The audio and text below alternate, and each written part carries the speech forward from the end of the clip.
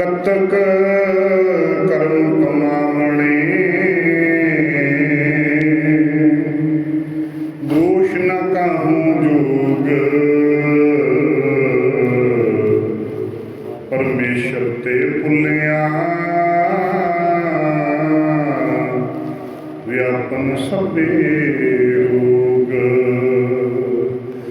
कतक कर्म कमावणे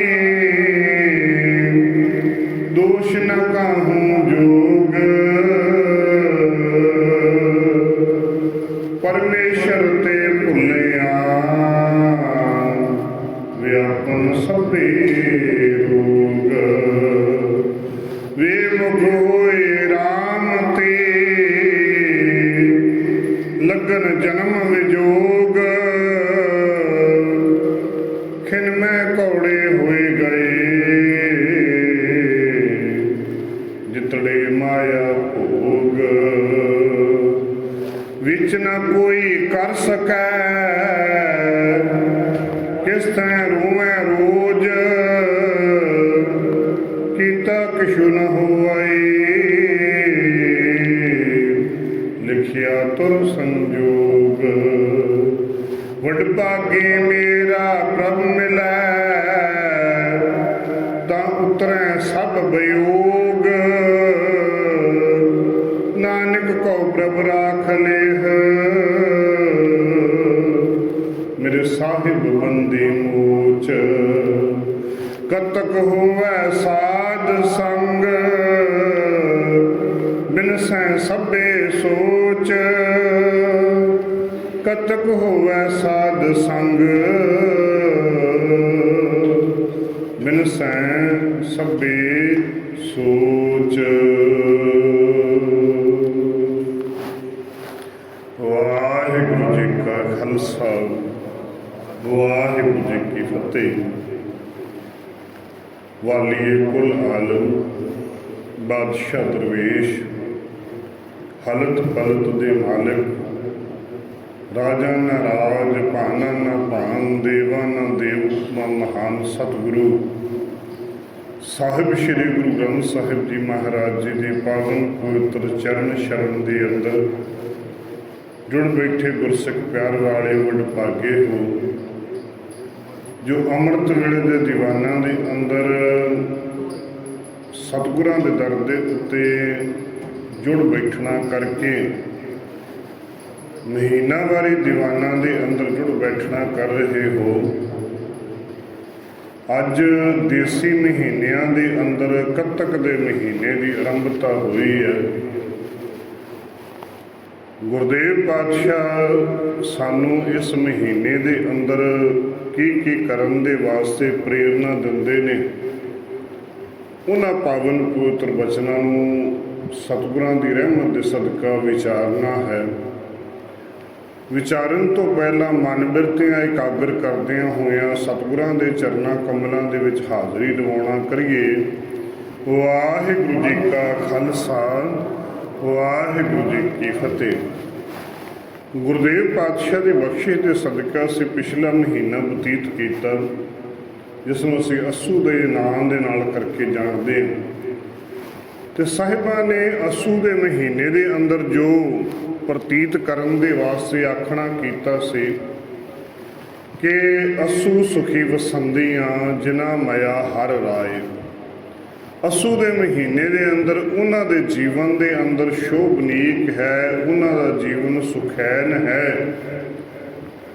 जिन्हां ने अपने जीवन के अंदर प्रभु परमात्मा नूं वसाया, जिन्हां ने अपने हृदयां के अंदर परमात्मा के गुणां नूं धारण किया, जिन्हां ने अपने हृदयां के अंदर परमात्मा की गल जीवन के अंदर जज़ब करने की कोशिश की। उन्हां दा जीवन अस्सू के महीने के अंदर सुखी बतीत होया क्योंकि गुरदेव पातशाह ने गुरबाणी के अंदर वख-वख रूपों के अंदर वख-वख ढंगां दे राहें सानू समझाउणा कीता है। रोज़ाना गुरु के दर दे उत्तों हुक्मनामे की बख्शिश होंदी है कि अज दे दिन तुसीं आ कारज करना है। जे दिनां की गल करते हैं तो सच्चे पातशाह ने गुरबाणी ਦੇ ਅੰਦਰ 33 ਬਾਣੀ ਲਿਖਣਾ ਕੀਤੀ ਹੈ ਕਿ 1 ਤਰੀਕ ਨੂੰ, 2 ਤਰੀਕ ਨੂੰ, 3 ਤਰੀਕ ਨੂੰ ਆਪਣੇ ਜੀਵਨ ਦੇ ਅੰਦਰ ਕੀ ਕੀ ਕਰਮ ਕਰਨੇ ਨੇ।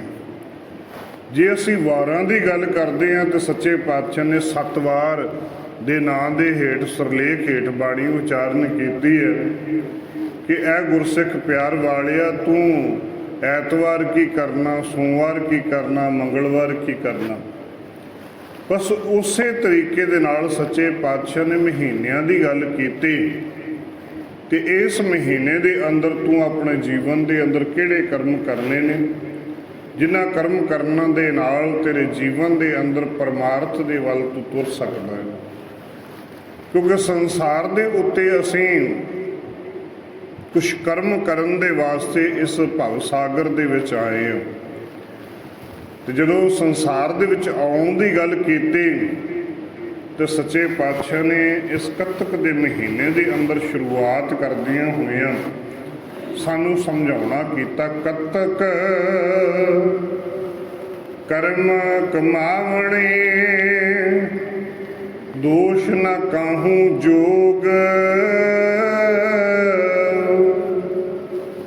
ਸਾਹਿਬ ਕਹਿੰਦੇ ਕੱਤਕ ਦੇ ਮਹੀਨੇ ਦੇ ਵਿੱਚ ਕੱਤਕ ਕਰਮ ਕਮਾਵਣੇ, ਕੱਤਕ ਦੇ ਮਹੀਨੇ ਦੇ ਅੰਦਰ ਕਿਹੜੇ ਕਰਮ ਕਮਾਈਏ ਜਿਨ੍ਹਾਂ ਕਰਮਾਂ ਦੇ ਨਾਲ ਅਸੀਂ ਪਰਮਾਤਮਾ ਦੇ ਦਰ ਦੇ ਉੱਤੇ ਪਹੁੰਚ ਸਕੀਏ। ਕਿਉਂਕਿ ਕਰਮਾਂ ਦੇ ਕਰਕੇ ਸਾਨੂੰ ਮਨੁੱਖਾ ਜੀਵਨ ਮਿਲਿਆ। ਜੇਕਰ ਅਸੀਂ ਗੁਰਬਾਣੀ ਨੂੰ ਅਸੀਂ ਵਾਚਦੇ ਹਾਂ, ਪੜ੍ਹਦੇ ਹਾਂ, ਵਿਚਾਰਦੇ ਹਾਂ, ਸੱਚੇ ਪਾਤਸ਼ਾਹ ਬਚਨ ਕਰਦੇ ਨੇ, ਪੂਰਵ ਜਨਮ ਅੰਕੁਰ ਜਬ ਪ੍ਰਗਟੇ ਤਾਂ ਭੇਟਿਓ ਪੁਰਖ ਰਸਕ ਬੈਰਾਗੀ।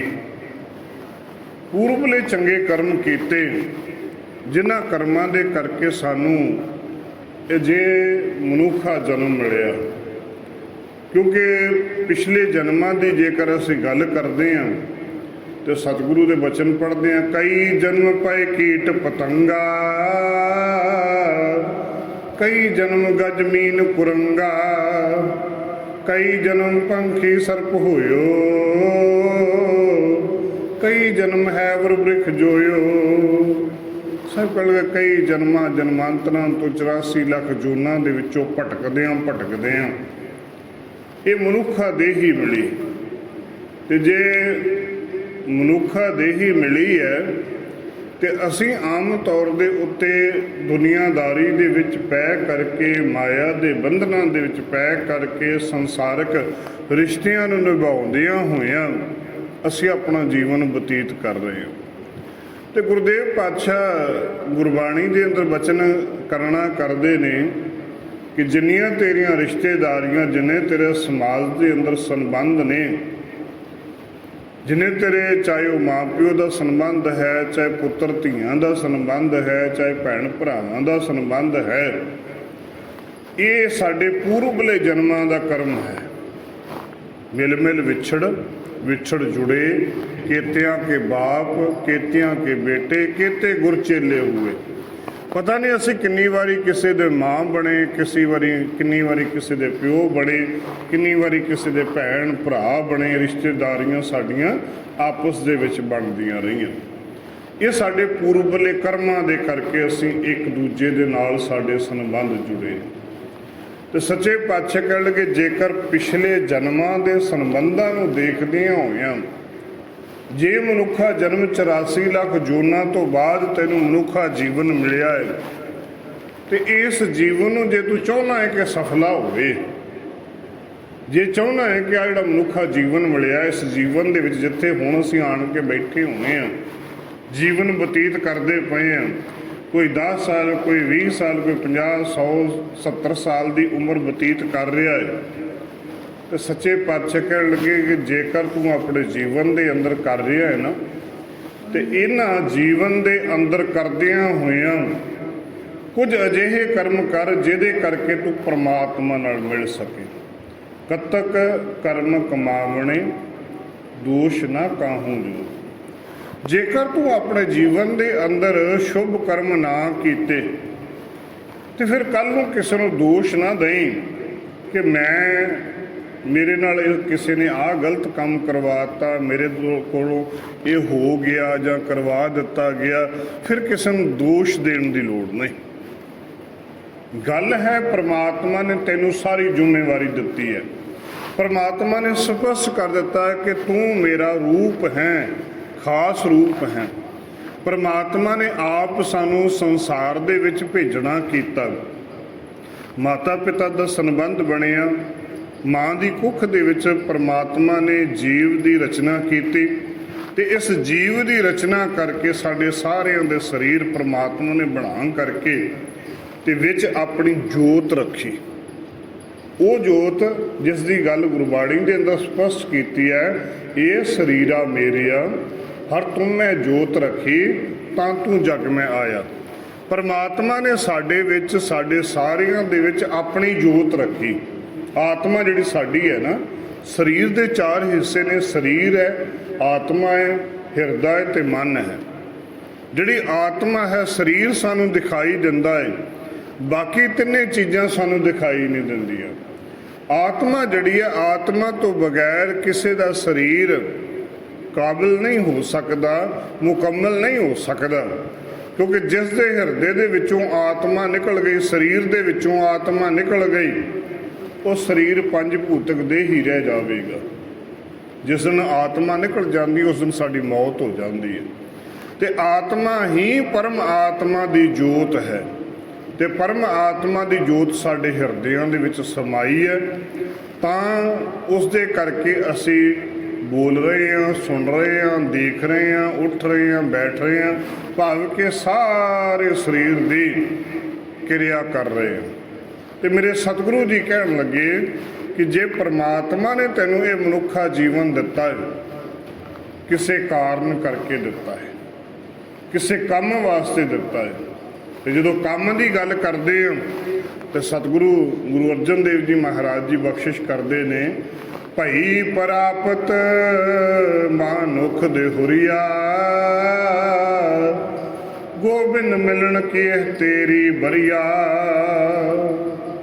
ਸਭ ਕਹਿਣ ਲੱਗੇ ਜਿਹੜਾ ਮਨੁੱਖਾ ਜੀਵਨ ਮਿਲਿਆ ਹੈ ਨਾ, ਇਹ ਜਿਹੜੀ ਦੇਹੀ ਤੈਨੂੰ ਪ੍ਰਮਾਤਮਾ ਨੇ ਦਿੱਤੀ ਹੈ ਨਾ, ਇਹ ਪ੍ਰਮਾਤਮਾ ਨਾਲ ਮਿਲਣ ਦੇ ਵਾਸਤੇ ਤੈਨੂੰ ਦੇਹੀ ਦਿੱਤੀ ਹੈ। ਪ੍ਰਮਾਤਮਾ ਨਾਲ ਮਿਲਾਪ ਕਰਨ ਦੇ ਵਾਸਤੇ ਦਿੱਤੀ ਹੈ। ਜੋਤ ਤੇਰੇ ਵਿੱਚ ਪ੍ਰਮਾਤਮਾ ਦੀ ਹੈ ਤੇ ਤੂੰ ਪ੍ਰਮਾਤਮਾ ਨੂੰ ਮਿਲਣਾ ਹੈ। ਇਸ ਦੇਹੀ ਦੇ ਅੰਦਰ ਹੀ ਮਿਲਿਆ ਜਾ ਸਕਣਾ ਹੈ। ਕਿਉਂਕਿ ਮਨੁੱਖਾ ਜੀਵਨ ਦੇ ਵਿੱਚ ਹੀ ਭਜਨ ਬੰਦਗੀ ਕੀਤੀ ਜਾ ਸਕਦੀ ਹੈ ਨਾ, ਬਾਣੀ ਮਨੁੱਖਾ ਜੀਵਨ 'ਚ ਹੀ ਪੜ੍ਹੀ ਜਾ ਸਕਦੀ ਹੈ ਨਾ। ਹੋਰ 84 ਲੱਖ ਜੂਨਾਂ ਦੇ ਵਿੱਚ ਕੋਈ ਬਾਣੀ ਪੜ੍ਹ ਸਕਦਾ? ਕੋਈ ਜਾਨਵਰ ਜਾਂ ਕੋਈ ਪਸ਼ੂ ਕੋਈ ਬਾਣੀ ਪੜ੍ਹ ਸਕਦਾ? ਪਰਮਾਤਮਾ ਨਾਲ ਲੈ ਸਕਦਾ? ਪਰਮਾਤਮਾ ਨੇ ਸਾਨੂੰ ਮਨੁੱਖਾਂ ਨੂੰ ਇਹ ਅਵਸਰ ਦਿੱਤਾ ਹੈ।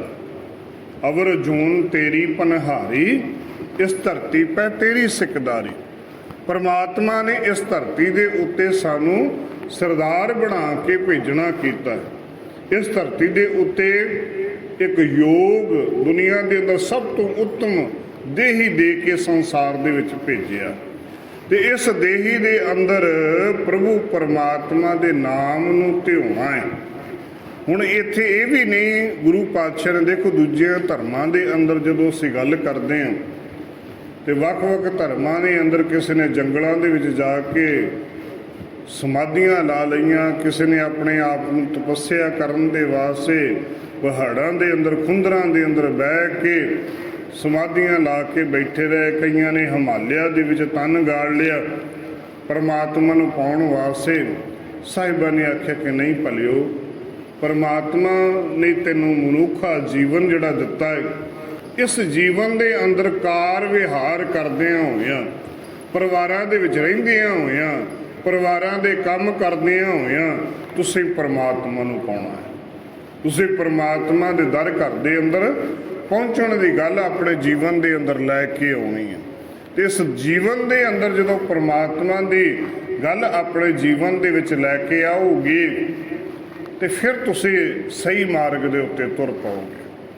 ਤੇ ਸੱਚੇ ਪਾਤਸ਼ਾਹ ਨੇ ਜਦੋਂ ਸਿੱਧਾ ਨੇ ਪੁੱਛ ਕੀਤੀ, ਸਵਾਲ ਕੀਤੇ, ਜਵਾਬ ਦਿੱਤੇ, ਧੰਨ ਗੁਰੂ ਨਾਨਕ ਦੇਵ ਜੀ ਮਹਾਰਾਜ ਜੀ ਨੂੰ ਆਖਿਆ ਕਿ ਤੁਸੀਂ ਆਖਦੇ ਹੋ ਕਿ ਮਾਇਆ ਦੇ ਵਿੱਚ ਰਹਿ ਕੇ ਭਾਵ ਕਿ ਸੰਸਾਰ ਦੇ ਵਿੱਚ ਰਹਿ ਕੇ ਸੰਸਾਰ ਦੇ ਉੱਤੋਂ ਨਿਰਾਲਮ ਕਿਵੇਂ ਰਿਹਾ ਜਾ ਸਕਦਾ, ਮਾਇਆ ਦੇ ਪ੍ਰਭਾਵ ਤੋਂ ਕਿਵੇਂ ਬਚਿਆ ਜਾ ਸਕਦਾ।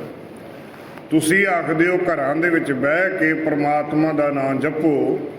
ਸਾਨੂੰ ਇਹ ਸੋਝੀ ਆਈ ਹੈ ਕਿ ਅਸੀਂ ਘਰ-ਬਾਰ ਛੱਡ ਕੇ ਜੰਗਲ ਬੀਆਬਾਨਾਂ ਦੇ ਵਿੱਚ ਆਣ ਕੇ ਬਹਿ ਕੇ ਪਰਮਾਤਮਾ ਦਾ ਨਾਮ ਧਿਆਉਂਦੇ ਹਾਂ। ਕੰਧ ਮੂਰ ਹਾਰੋ ਖਾਈਏ ਉਦੋਂ ਬੋਲੇ ਗਿਆਨੀ। ਕਿ ਮੂਲੀਆਂ ਗਾਜਰਾਂ ਖਾ ਕੇ ਅਸੀਂ ਆਪਣੇ ਜੀਵਨ ਦਾ ਆਹਾਰ ਕਰਦੇ ਹਾਂ। ਤੀਰਥ ਨਹਾਈਆ ਸੁਖ ਫਲ ਪਾਈਆ, ਮੈਲ ਨਾ ਲਾਗੇ ਕਾਈ। ਤੀਰਥਾਂ 'ਤੇ ਨਹਾਉਂਦੇ ਹਾਂ, ਇਸ਼ਨਾਨ ਕਰਦੇ ਹਾਂ, ਸਾਨੂੰ ਕਿਸੇ ਪ੍ਰਕਾਰ ਦੀ ਮੈਲ ਨਹੀਂ ਲੱਗਦੀ। ਤੁਸੀਂ ਆਖਦੇ ਹੋ ਘਰ ਦੇ ਵਿੱਚ ਬਹਿ ਕੇ ਸੰਸਾਰ ਦੇ ਵਿੱਚ ਰਹਿ ਕੇ ਪਰਮਾਤਮਾ ਨੂੰ ਪਾਇਆ ਜਾ ਸਕਦਾ ਆ, ਇਹ ਕਿਵੇਂ ਹੋਵੇਗਾ? ਤੇ ਧੰਨ ਗੁਰੂ ਨਾਨਕ ਦੇਵ ਜੀ ਮਹਾਰਾਜ ਜੀ ਨੇ ਉੱਥੇ 2 ਉਦਾਹਰਨਾਂ ਦੇ ਕੇ ਉਹਨਾਂ ਨੂੰ ਸਮਝਾਇਆ। ਕਹਿਣ ਲੱਗੇ, ਜੈਸੇ ਜਲ ਮੈਂ ਕਮਲ ਨਿਰਾਲਮ, ਮੁਰਗਾਈ ਨੈ ਸਾਣੇ। ਸ਼ਬਦ ਸੁਰਤ ਪਵ ਸਾਗਰ ਤਰੀਐ, ਨਾਨਕ ਨਾਮ ਵਖਾਣੇ। ਤੇ ਸਤਿਗੁਰੂ ਗੁਰੂ ਨਾਨਕ ਦੇਵ ਜੀ ਮਹਾਰਾਜ ਜੀ ਨੇ ਆਖਣਾ ਕੀਤਾ ਕਿ ਕਦੀ ਖਿਆਲ ਕਰਨਾ, ਕਮਲ ਦਾ ਫੁੱਲ ਪਾਣੀ ਦੇ ਵਿੱਚ ਹੁੰਦਾ ਹੈ, ਚਿੱਕੜ ਦੇ ਵਿੱਚ ਪੈਦਾ ਹੁੰਦਾ ਹੈ, ਤੇ ਕਮਲ ਦਾ ਫੁੱਲ ਜ਼ਮੀਨ ਦੇ ਨਾਲੋਂ ਉੱਚਾ, ਪਾਣੀ ਦੇ ਨਾਲੋਂ ਉੱਚਾ ਹੋ ਕੇ ਰਹਿੰਦਾ। ਕਦੀ ਵੀ ਆਪਣੀਆਂ ਪੰਖੜੀਆਂ ਚਿੱਕੜ ਦੇ ਨਾਲ ਨਹੀਂ ਭਿੱਜਣ ਦਿੰਦਾ। ਤੇ ਦੂਸਰੀ ਗੱਲ ਕਿ ਮੁਰਗਾਬੀ ਜਿਹੜਾ ਜੀਵ ਹੈ ਛੱਪੜਾਂ ਦੇ ਵਿੱਚ ਰਹਿੰਦਾ, ਤਲਾਬਾਂ ਦੇ ਵਿੱਚ ਰਹਿੰਦਾ, ਲੇਕਿਨ ਕਦੀ ਆਪਣੇ ਪੰਖ ਪਾਣੀ ਦੇ ਨਾਲ ਨਹੀਂ ਭਿੱਜਣ ਦਿੰਦਾ। ਕਹਿਣ ਲੱਗੇ ਬਸ ਉਸੇ ਤਰੀਕੇ ਦੇ ਨਾਲ ਜੇਕਰ ਤੁਸੀਂ ਪਰਮਾਤਮਾ ਦੇ ਚਰਨਾਂ ਕਮਲਾਂ ਦੇ ਨਾਲ ਜੁੜੇ ਰਹੋਗੇ ਨਾ, ਤੇ ਤੁਸੀਂ ਮਾਇਆ ਦੇ ਨਾਲੋਂ ਨਿਰਲੇਪ ਰਹਿ ਸਕਦੇ ਹੋ। ਅੰਜਨ ਮਾਹੇ ਨਿਰੰਜਨ ਰਹੀ ਹੈ, ਜੋਗ ਜੁਗਤ ਇਹ ਪਾਈ ਹੈ। ਮਾਇਆ ਦੇ ਵਿੱਚ ਰਹਿ ਕੇ ਮਾਇਆ ਤੋਂ ਨਿਰਲੇਪ ਜਦੋਂ ਰਹਿਣ ਦੀ ਗੱਲ ਜੀਵਨ ਦੇ ਵਿੱਚ ਆਵੇਗੀ ਨਾ, ਤਾਂ ਜਾ ਕੇ ਪਰਮਾਤਮਾ ਦੇ ਦਰ ਘਰ ਦੀ ਪ੍ਰਾਪਤੀ ਹੋਣੀ ਹੈ। ਤਾਂ ਜਾ ਕੇ ਪਰਮਾਤਮਾ ਦੇ ਦਰੋਂ ਘਰੋਂ ਜੀਵਨ ਦੇ ਅੰਦਰ ਬਖਸ਼ਿਸ਼ਾਂ ਪ੍ਰਾਪਤ ਹੋਣੀਆਂ। ਤੇ ਗੁਰਦੇਵ ਪਾਤਸ਼ਾਹ ਕਹਿਣ ਲੱਗੇ ਕਿ ਕੱਤਕ ਦੇ ਮਹੀਨੇ ਦੇ ਅੰਦਰ ਜਿਹੜੇ ਕਰਮ ਕਰੋਗੇ ਉਹਨਾਂ ਦਾ ਫਲ ਤੁਹਾਨੂੰ ਜ਼ਰੂਰ ਮਿਲੇਗਾ। ਕੱਤਕ ਕਰਮ ਕਮਾਵਣੇ, ਦੋਸ਼ ਨਾ ਕਾਹੂ ਜੋ। ਤੇ ਨਾਲ ਦੂਸਰੀ ਗੱਲ ਕਹਿ ਦੇਣਾ ਕੀਤੀ, ਜੇ ਜੀਵਨ ਦੇ ਵਿੱਚ ਚੰਗੇ ਕਰਮ ਕਰੋਗੇ ਤੇ ਚੰਗਾ ਫਲ ਪ੍ਰਾਪਤ ਹੋਵੇਗਾ, ਲੇਕਿਨ ਜੇਕਰ ਮਾੜੇ ਕਰਮ ਕਰੋਗੇ ਤੇ ਉਹਦਾ ਮਾੜਾ ਹੀ ਫਲ ਪ੍ਰਾਪਤ ਹੋਣਾ ਆ। ਤੇ ਫਿਰ ਕਿਸੇ ਨੂੰ ਦੋਸ਼ ਨਾ ਦਿਓ, ਕਿਸੇ ਦੇ ਉੱਤੇ ਇਲਜ਼ਾਮ ਨਾ ਲਾਇਓ ਕਿ ਮੈਂ ਜੇ ਆਹ ਕੀਤਾ ਹੁੰਦਾ ਤੇ ਮੈਨੂੰ ਆਹ ਪ੍ਰਾਪਤ ਹੋ ਜਾਂਦਾ, ਆਹ ਕੀਤਾ ਹੁੰਦਾ ਤੇ ਆਹ ਕਰਮ ਪ੍ਰਾਪਤ ਹੋ ਜਾਂਦਾ। ਉਦਾਹਰਣ ਦੇ ਤੌਰ ਦੇ ਉੱਤੇ ਜੇਕਰ ਅਸੀਂ ਇਤਿਹਾਸ ਦੀ ਗੱਲ ਕਰਦੇ ਹਾਂ, ਹਰਨਾਕਸ਼ ਨੇ ਆਪਣੇ ਜੀਵਨ ਦੇ ਅੰਦਰ ਪਰਮਾਤਮਾ ਦੀ ਭਜਨ ਬੰਦਗੀ ਬਹੁਤ ਕੀਤੀ, ਪਰਮਾਤਮਾ ਦੇ ਬਹੁਤ ਗੁਣ ਗਾਏ, ਪਰਮਾਤਮਾ ਦੀ ਸਿਫਤ ਸਲਾਹਤਾ ਕੀਤੀ। ਲੇਕਿਨ ਜਦੋਂ ਪਰਮਾਤਮਾ ਦੇ ਨਾਮ ਜਪਣ ਵਾਲਿਆਂ ਨੂੰ ਜਦੋਂ ਤੰਗ ਕਰਨਾ ਸ਼ੁਰੂ ਕੀਤਾ, ਜਿਹੜਾ ਇਨਸਾਨ ਪਰਮਾਤਮਾ ਦੇ ਨਾਮ ਜਪਦੇ ਸਨ ਉਹਨਾਂ ਨੂੰ ਮਾਰਿਆ ਕੁੱਟਿਆ ਜਾਣ ਲੱਗਾ। ਜਦੋਂ ਇੱਥੋਂ ਤੱਕ ਕਿ ਆਪਣੇ ਪੁੱਤਰ ਨੂੰ ਨਹੀਂ ਬਖਸ਼ਣਾ ਕੀਤਾ, ਜੇਕਰ ਉਹਨੇ ਪਰਮਾਤਮਾ ਦਾ ਨਾਮ ਜਪਿਆ ਤੇ ਉਹਨੂੰ ਸੱਪਾਂ ਵਾਲੇ ਕਮਰੇ ਦੇ ਵਿੱਚ ਵੀ ਤਾੜ ਦੇਣਾ ਕੀਤਾ। ਅੱਗ ਦੇ ਵਿੱਚ ਸਾੜ ਕੇ ਸੁਆਹ ਕਰਨ ਦੀ ਵੀ ਉਸਨੇ ਕੋਸ਼ਿਸ਼ ਕੀਤੀ। ਉਸਨੇ ਪਹਾੜ ਦੇ ਉੱਤੋਂ ਸੁੱਟ ਕੇ ਮਾਰਨ ਦੀ ਗੱਲ ਕੀਤੀ, ਲੇਕਿਨ ਉਹਨਾਂ ਨੂੰ ਕੋਈ ਯਾਦ ਨਹੀਂ ਕਰਦਾ। ਲੇਕਿਨ ਜਿਸ ਸਮੇਂ ਪਰਮਾਤਮਾ ਦਾ ਨਾਂ ਜਪਦਿਆਂ ਹੋਇਆਂ ਆਖਿਰ ਹੋ ਗਈ ਤੇ ਉਸਨੇ ਤਪ ਦੇ ਥੰਮ ਨੂੰ ਜੱਫੀ ਪਾਉਣ ਦੀ ਗੱਲ ਕੀਤੀ ਤੇ ਭਗਤ ਪ੍ਰਹਿਲਾਦ ਨੇ ਜਦੋਂ ਥੰਮ ਨੂੰ ਤਾਂ ਜੱਫਾ ਪਾ ਲਿਆ, ਥੰਮ ਪਾੜ ਕੇ ਪਰਮਾਤਮਾ ਨਰਸਿੰਘ ਰੂਪ ਦੇ ਵਿੱਚ ਹੋ ਕੇ ਪ੍ਰਗਟ ਹੋਇਆ ਤੇ ਹਰਨਾਕਸ਼ ਨੂੰ ਉਹਨਾਂ ਨੇ ਆਪਣੇ ਨਖਾਂ ਦੇ ਨਾਲ, ਆਪਣੇ ਨਹੁੰਆਂ ਦੇ ਨਾਲ ਮਾਰ ਕੇ ਖਤਮ ਕਰਨਾ ਕੀਤਾ। ਦੇਖੋ, ਭਗਤੀ ਦੇ ਵਿੱਚ ਕੋਈ ਕਮੀ ਨਹੀਂ ਸੀ, ਰਾਜਾ ਸੀ, ਬਾਦਸ਼ਾਹ ਸੀ। ਉਸੇ ਤਰੀਕੇ ਦੇ ਨਾਲ ਜਿਵੇਂ ਪਿਛਲੇ ਦਿਹਾੜਿਆਂ ਦੇ ਅੰਦਰ ਅਸੀਂ ਦੁਸ਼ਹਿਰੇ ਲੋਕੀ ਮਨਾ ਕੇ ਹਟੇ ਨੇ, ਇੱਕ ਪਾਸੇ ਉੱਚੀ ਕੁਲ ਦਾ ਬ੍ਰਾਹਮਣ ਕੁਲ ਦੇ ਵਿੱਚੋਂ ਰਾਵਣ ਦੇਸ਼ ਦਾ ਰਾਜਾ ਹੈ, ਸ਼੍ਰੀਲੰਕਾ ਦਾ ਰਾਜਾ ਹੈ, ਸੋਨੇ ਦੀ ਲੰਕਾ ਹੈ। 1 ਲੱਖ ਪੂਤ 1.25 ਲੱਖ ਨਾਤੀ ਤੈ ਰਾਵਣ ਕਰ ਦਿਆ ਨਾ ਬਾਤੀ। ਗੁਰਬਾਣੀ ਦੇ ਵਿੱਚ ਕਈ ਵਾਰੀ ਪ੍ਰਮਾਣ ਦੇ ਰੂਪ ਦੇ ਵਿੱਚ ਆਇਆ ਹੈ। ਰਾਵਣ ਵਰਗਾ ਬਾਦਸ਼ਾਹ ਹੈ, ਉਸ ਦਾ ਵਿਦਵਾਨ ਵੀ ਇੰਨਾ ਹੈ ਕਿ ਉਹਦੇ ਨਾਲ ਦਾ ਕੋਈ ਦੁਨੀਆ ਦੇ ਵਿੱਚ ਵਿਦਵਾਨ ਨਹੀਂ ਸੀ। ਲੇਕਿਨ ਜਦੋਂ ਉਹਨਾਂ ਨੇ ਕਰਮ ਐਸੇ ਕਰਨੇ ਸ਼ੁਰੂ ਕੀਤੇ ਤੇ ਉਹਨਾਂ ਦੇ ਕਰਮਾਂ ਦੇ ਕਰਕੇ ਉਸ ਨੂੰ ਸੰਸਾਰ ਦੇ ਵਿੱਚੋਂ ਜਾਣਾ ਪਿਆ। ਜੇਕਰ ਭਗਤੀ ਕਰਨ ਵਾਲਿਆਂ ਦੇ ਨਾਲ ਤੰਗ ਕਰਨਾ ਸ਼ੁਰੂ ਕਰਾਂਗੇ ਫਿਰ ਜੀਵਨ ਦੇ ਵਿੱਚ ਕੇਵਲ ਤੇ ਕੇਵਲ ਬਦਨਾਮੀ ਤੇ ਜੀਵਨ ਦੇ ਅੰਦਰ ਖੋਟ ਹੀ ਪੱਲੇ ਪਵੇਗੀ। ਬਾਦਸ਼ਾਹ ਜਹਾਂਗੀਰ ਨੇ ਧੰਨ ਗੁਰੂ ਅਰਜਨ ਦੇਵ ਜੀ ਮਹਾਰਾਜ ਜੀ ਨੂੰ ਤਤੀ ਤਵੀ ਦੇ ਉੱਤੇ ਬਲਦੀ ਅੱਗ ਦੇ ਹੇਠਾਂ ਜਗਾਈ ਗਈ, ਤਪਦੀ ਤਵੀ ਦੇ ਉੱਤੇ ਬਿਠਾਇਆ ਗਿਆ, ਸੀਸ ਦੇ ਵਿੱਚ ਤੱਤੀ ਰੇਤਾ ਪਾਈ ਗਈ, ਦੇਗ ਦੇ ਵਿੱਚ ਉਬਾਲਿਆ ਗਿਆ, ਤਨ ਸ਼ਾਲੋ ਸ਼ਾਲੀ ਹੋ ਗਿਆ। ਧੰਨ ਗੁਰੂ ਅਰਜਨ ਦੇਵ ਜੀ ਮਹਾਰਾਜ ਜੀ ਨੂੰ ਸ਼ਹੀਦ ਕੀਤਾ ਗਿਆ। ਅੱਜ ਧੰਨ ਗੁਰੂ ਅਰਜਨ ਦੇਵ ਜੀ ਮਹਾਰਾਜ ਜੀ ਨੂੰ ਕੁੱਲ ਦੁਨੀਆ ਦੇ ਅੰਦਰ ਯਾਦ ਕੀਤਾ ਜਾਂਦਾ ਹੈ, ਲੇਕਿਨ ਜਹਾਂਗੀਰ ਨੂੰ ਕੋਈ ਯਾਦ ਨਹੀਂ ਕਰਦਾ। ਉਹਦੀ ਮੜੀ ਤੇ ਦੀਵਾ ਜਗਾਉਣ ਵਾਲਾ ਵੀ ਕੋਈ ਨਹੀਂ। ਬਾਦਸ਼ਾਹ ਔਰੰਗਜ਼ੇਬ ਜਿਸ ਨੇ ਧੰਨ ਗੁਰੂ ਗੋਬਿੰਦ ਸਿੰਘ ਜੀ ਮਹਾਰਾਜ ਜੀ ਦੇ ਪਰਿਵਾਰ ਨੂੰ ਸ਼ਹੀਦ ਕਰਾਉਣ ਦਾ ਸਾਰਾ ਉਹਦੇ ਉੱਤੇ ਕਲੰਕ ਲੱਗਦਾ ਹੈ। ਜਿਸ ਜੋ ਕਿ ਦਿੱਲੀ ਦਾ ਬਾਦਸ਼ਾਹ, ਹਿੰਦੁਸਤਾਨ ਦਾ ਬਾਦਸ਼ਾਹ ਹੋਣ ਦੇ ਬਾਵਜੂਦ ਵੀ ਚਾਹੇ ਛੋਟੇ ਸਾਹਿਬਜ਼ਾਦਿਆਂ ਦੀ ਸ਼ਹਾਦਤ ਸੀ, ਚਾਹੇ ਵੱਡੇ ਸਾਹਿਬਜ਼ਾਦਿਆਂ ਦੀ ਸ਼ਹਾਦਤ ਸੀ, ਚਾਹੇ ਮਾਤਾ ਗੁਜਰੀ ਜੀ ਦੀ ਸ਼ਹਾਦਤ ਸੀ, ਚਾਹੇ ਧੰਨ ਗੁਰੂ ਤੇਗ ਬਹਾਦਰ ਜੀ ਦੀ ਸ਼ਹਾਦਤ ਹੋਈ, ਚਾਹੇ ਅਨੇਕਾਂ ਸਿੰਘਾਂ ਸਿੰਘਣੀਆਂ ਦੀਆਂ ਸ਼ਹਾਦਤਾਂ ਹੋਈਆਂ, ਆਪਣੇ ਜੀਵਨ ਦੇ ਅੰਦਰ ਕੇਵਲ ਤੇ ਕੇਵਲ ਕਲੰਕ ਲੈ ਕੇ ਚਲਾ ਗਿਆ। ਉਹਨੇ ਜੀਵਨ ਦੇ ਅੰਦਰ ਕੋਈ ਖਾਸ ਪ੍ਰਾਪਤੀ ਨਹੀਂ ਕਰ ਪਾਇਆ। ਸਾਹਿਬ ਉਹੀ ਗੱਲ ਸਮਝਾਉਣ ਲੱਗੇ ਕਿ ਕੱਤਕ ਕਰਮ ਕਮਾਵਣੇ ਦੋਸ਼ ਨਾ ਕਾਹੂ ਜੋ। ਕੱਤਕ ਦੇ ਮਹੀਨੇ ਦੇ ਅੰਦਰ ਜਿਹੋ ਜੇ ਕਰਮ ਅਸੀਂ ਕਰਾਂਗੇ ਉਹ ਜਿਹਾ ਫਲ ਸਾਨੂੰ ਪ੍ਰਾਪਤ ਹੋਵੇਗਾ। ਫਿਰ ਕਿਸੇ ਨੂੰ ਦੋਸ਼ ਨਹੀਂ ਦਿੱਤਾ ਜਾਏਗਾ ਕਿ ਹਾਂ ਮੈਂ ਇਹ ਕਰਮ ਨਹੀਂ ਕੀਤੇ ਜਾਂ ਮੇਰੇ ਕੋਲੋਂ ਇਹ ਕਰਮ ਕਰਵਾਏ ਗਏ। ਜਿਹੜੇ ਕੀਤੇ ਨੇ ਉਹ ਕੀਤੇ ਹੀ ਆਉਣੇ ਨੇ। ਆਮ ਤੌਰ ਦੇ ਉੱਤੇ ਕਈ ਵਾਰੀ ਕੋਈ ਇਨਸਾਨ ਨੌਕਰੀ ਪੇਸ਼ੇ ਵਾਲਾ ਹੁੰਦਾ ਹੈ, ਉਹਨੂੰ ਆਖਿਆ ਜਾਂਦਾ ਕਿ ਜ਼ਬਰਦਸਤੀ ਕਰ, ਤੇ ਉਹ ਆਖਦਾ ਕਿ ਮੈਂ ਨਹੀਂ ਕਰਨਾ ਚਾਹੁੰਦਾ ਲੇਕਿਨ ਉਹਨੂੰ ਮੇਰੇ ਕੋਲੋਂ ਕਰਵਾਇਆ ਗਿਆ। ਤੇ ਸਾਹਿਬ ਕਹਿਣ ਲੱਗੇ ਜਦੋਂ ਕਰਵਾਇਆ ਜਾਵੇਗਾ ਲੇਕਿਨ ਗੁਨੇਗਾਰ ਤੂੰ ਓਨਾ ਹੀ ਬਣਨਾ, ਕਿਉਂਕਿ ਤੇਰੇ ਹੱਥਾਂ ਦੇ ਨਾਲ ਤੇਰੇ ਕਰਮਾਂ ਦੇ ਦੁਆਰਾ ਹੀ ਇਹ ਕਰਮ ਹੋਇਆ ਹੈ। ਇਹ ਉਹ ਕਰਮ ਤੇਰੇ ਜੀਵਨ ਦੇ ਵਿੱਚ ਲਿਖਿਆ ਜਾਵੇਗਾ। ਜੇ ਚੰਗੇ ਕਰਮ ਕਰਾਂਗੇ ਚੰਗਾ ਫਲ ਪ੍ਰਾਪਤ ਹੋਏਗਾ, ਜੇਕਰ ਮਾੜੇ ਕਰਮ ਕਰਾਂਗੇ ਮਾੜਾ ਫਲ ਪ੍ਰਾਪਤ ਹੋਵੇਗਾ। ਸਾਹਿਬ ਗੁਰਬਾਣੀ ਦੇ ਅੰਦਰ ਬਚਨ ਕਰਦੇ ਨੇ ਕਿ ਐ ਕਰ ਕਰੇ ਸੋ ਐ ਕਰ ਪਾਏ। ਇਸ ਹੱਥ ਨਾਲ ਜੋ ਕਰਾਂਗੇ ਉਹ ਦੂਜੇ ਹੱਥ ਨੂੰ ਸਾਨੂੰ ਪ੍ਰਾਪਤ ਹੋਣਾ ਹੈ। ਆਪੇ ਬੀਜ ਆਪੇ ਹੀ ਖਾਓ। ਆਪੇ ਜੋ ਬੀਜਾਂਗੇ ਉਹ ਸਾਨੂੰ ਵੱਢਣਾ ਪੈਣਾ, ਉਹ ਖਾਣਾ ਪੈਣਾ। ਤੇ ਜਿਉਂ-ਜਿਉਂ ਜੀਵਨ ਦੇ ਅੰਦਰ ਸ਼ੁਭ ਕਰਮ ਕਰਾਂਗੇ ਤਿਉਂ-ਤਿਉਂ ਸ਼ੁਭ ਫਲ ਮਿਲੇਗਾ। ਜਿਉਂ-ਜਿਉਂ ਮਾੜੇ ਕਰਮ ਕਰਾਂਗੇ ਮਾੜਾ ਫਲ ਪ੍ਰਾਪਤ ਹੋਗਾ। ਤੇ ਸੱਚੇ ਪਾਤਸ਼ਾਹ ਅਗਲੇ ਬਚਨਾਂ ਦੇ ਅੰਦਰ ਕਹਿਣ ਲੱਗੇ, ਪਰਮੇਸ਼ਰ ਤੇ ਭੁੱਲਿਆ ਵਿਆਪਨ ਸਭੇ ਰੋਗ। ਸਾਹਿਬ ਕਹਿਣ ਲੱਗੇ ਪਰਮਾਤਮਾ ਨੂੰ ਭੁੱਲਣ ਦੇ ਨਾਲ ਜੀਵਨ ਦੇ ਅੰਦਰ ਰੋਗ ਵਿਆਪਦੇ ਨੇ।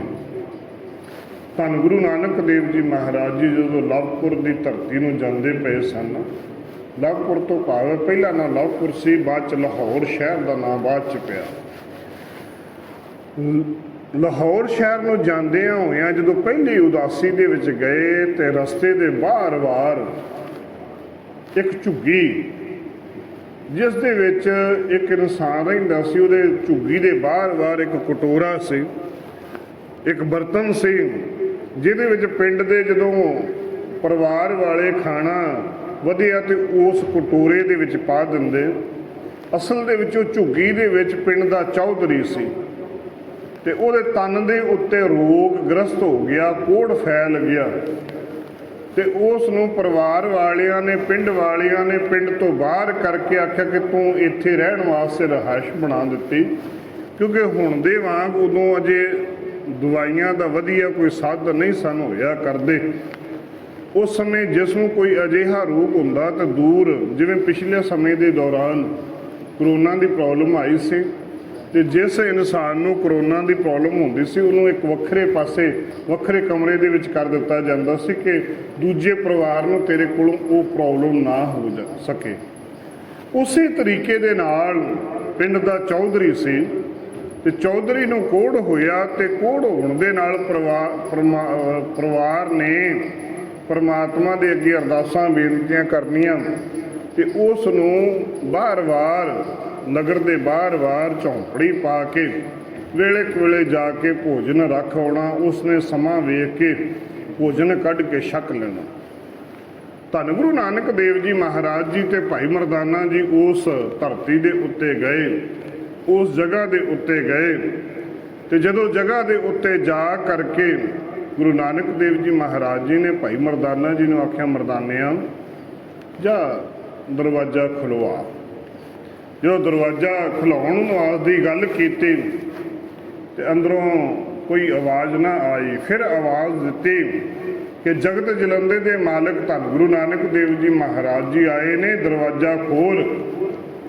ਦੂਜੀ ਵਾਰ ਆਵਾਜ਼ ਦਿੱਤੀ ਤਾਂ ਵੀ ਆਵਾਜ਼ ਨਾ ਆਈ। ਤੀਸਰੀ ਵਾਰੀ ਆਵਾਜ਼ ਆਈ, ਇੱਕ ਅੰਦਰੋਂ ਆਵਾਜ਼ ਆਈ ਕਿ ਮੇਰੇ ਤੇ ਪਰਿਵਾਰ ਵਾਲੇ ਛੱਡ ਗਏ, ਮੇਰੇ ਪਿੰਡ ਵਾਲੇ ਛੱਡ ਗਏ, ਪਿੰਡ ਨੇ ਜਿਹਨੂੰ ਚੌਧਰੀ ਬਣਾਇਆ, ਮੈਨੂੰ ਚੌਧਰਪੁੜਾ ਖਤਮ ਹੋ ਗਿਆ, ਤੇ ਤੁਸੀਂ ਕੌਣ ਹੋ ਜਿਹੜੇ ਮੈਨੂੰ ਆਵਾਜ਼ ਮਾਰ ਕੇ ਬੁਲਾਉਣ ਵਾਲੇ ਹੋ?